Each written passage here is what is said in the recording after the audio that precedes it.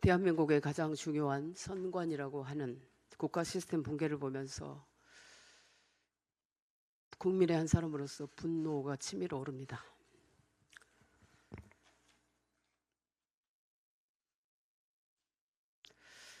그럼에도 어려운 말씀을 좀 드려야겠습니다. 지난 6월 3일 선거가 끝난 후 제가 이 최고위원 자리에 앉아 있을 것이라고는 차마 생각하지 못했습니다. 아마 대다수 국민들과 지지자들이 이번 선거 결과를 보고 저를 포함해 지도부 모두가 물러날 것이라고 생각했을 겁니다. 정치는 결국 책임입니다. 리더는 책임지는 사람입니다. 당 지도부의 역할은 결과를 책임지는 데 있습니다. 국민들이 지금 우리 당 지도부를 어떻게 보고 있을까요? 책임을 회피하는 사람들로 보지 않겠습니까? 자리에 연연하는 사람들로 보지 않겠습니까? 저 혼자만의 의견일 수도 있습니다. 그런데 정치적 유불리를 따지면서 기득권에 집착하고 있다고 국민들은 오해하고 있을지도 모르겠습니다. 그게 너무나도 저는 두렵습니다. 이에 저는 지도부 총사퇴를 제안합니다.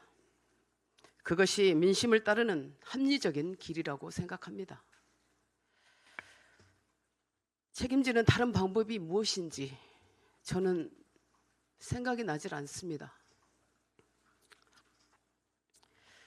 선관위가 벌인 국민 참정권 파괴 사태를 바로잡을 유일한 대안 세력이자 견제 세력인 우리 국민의힘이 이 문제를 주도적으로 이끌고 해결할 힘도 현 지도부가 이 사태를 정치적으로 이용하지 않을 것이라는 국민의 믿음에서 비롯될 것입니다.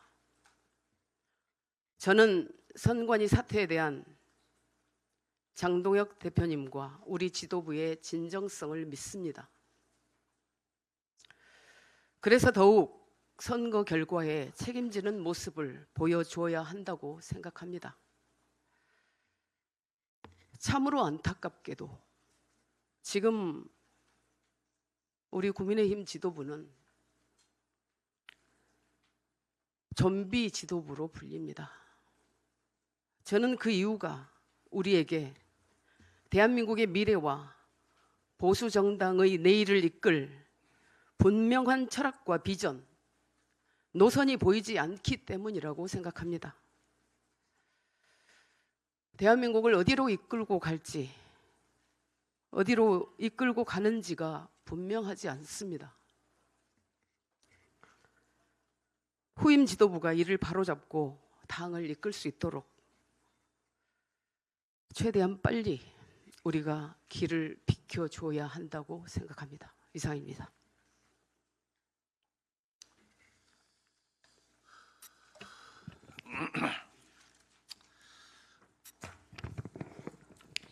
앞에서 말씀이 좀 있었지만 이재명 대통령의 두 가지 발언에 대해서 한 말씀 드리겠습니다. 이재명 대통령이 유럽 순방 중에 화상 수석 보좌관 회의를 열어서 6.3 지방선거 투표용지 부족 사태에 대해서 이를 악용해 터무니없는 음모론을 선동하는 세력이 고개를 들고 있다라고 비판을 했습니다. 그런데 묻고 싶습니다.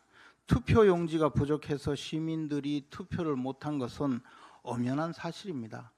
선거관리위원회의 명백한 직무유기이자 헌법이 보장하는 참정권의 침해입니다.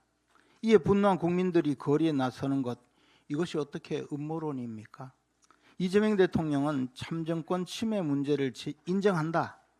한 입으로 말하면서 다른 입으로는 저항하는 국민을 음모론 선동 세력으로 몰아붙이고 있습니다.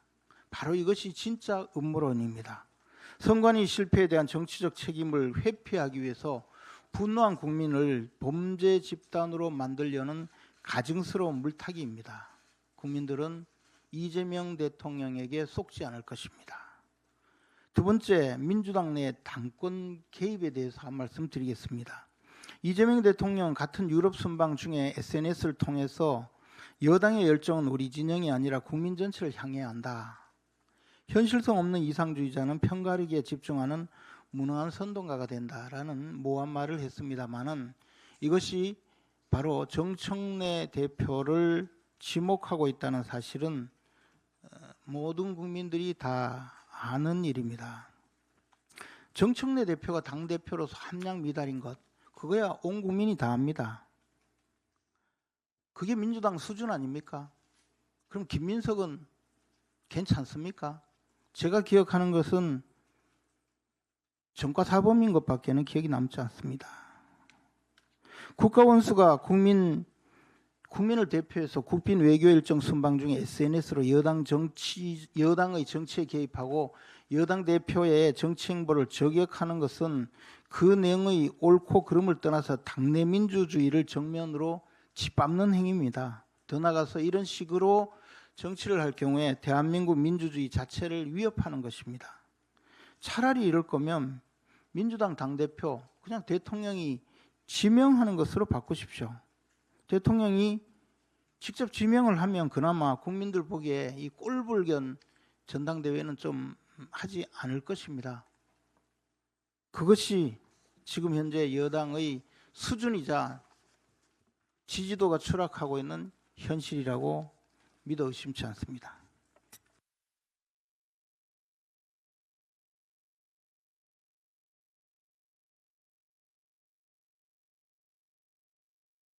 끝난지도 모르게 끝내셔가지고. 정직한 정치는 표준 한국말을 합니다. 한국말로 하는 정치는 정직합니다.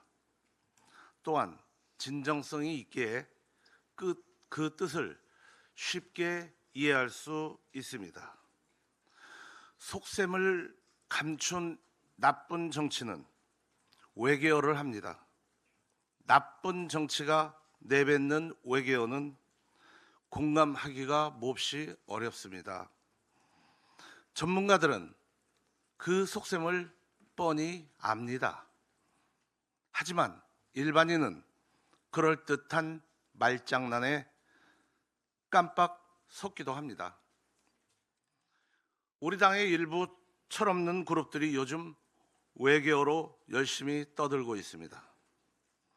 100번, 1000번 양보해서 지방선거 전에는 지방선거가 폭망할 수 있으니 잠시 물러나 계시면 좋겠다.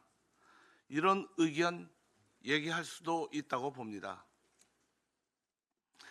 하지만 지금 무슨 근거로 앵무새처럼 똑같은 주장을 반복해서 시도 때도 없이 하는지 모르겠습니다. 탄핵 1년 후라는 비슷한 환경에서 치른 2018년 지방선거와 비교할 때 광역단체장 4곳, 기초단체장 95곳, 재보궐선거 4곳에서 승리했습니다. 2배 이상의 성과가 있었습니다. 무슨 이유로 책임을 져야 할까요? 또한 선거 후 당 지지율이 대폭 상승하고 있고 일부 조사는 민주당을 앞지르고 있습니다. 책임져야 할 이유가 없는데 난 당신이 마음에 안 드니 물러나줘. 이러면 물러나야 하나요? 그런 판단과 주장이라면 우리 당을 진정 사랑하는 당원들이 또 다른 생각을 갖고 있는 의원들이 당신은 정말 하는 일도 없고 당내 분란만 일으키고 참 싫어. 그러니 국회의원 그만두세요.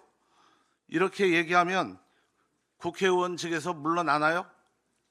물러나시겠어요? 정치는 명분과 논리가 있어야 합니다. 명분도 없고 논리도 없이 아전 인수식 주장을 앵무새처럼 되풀이하는 미숙한 정치를 하는 철부지 정치꾼이 되어서는 안 됩니다.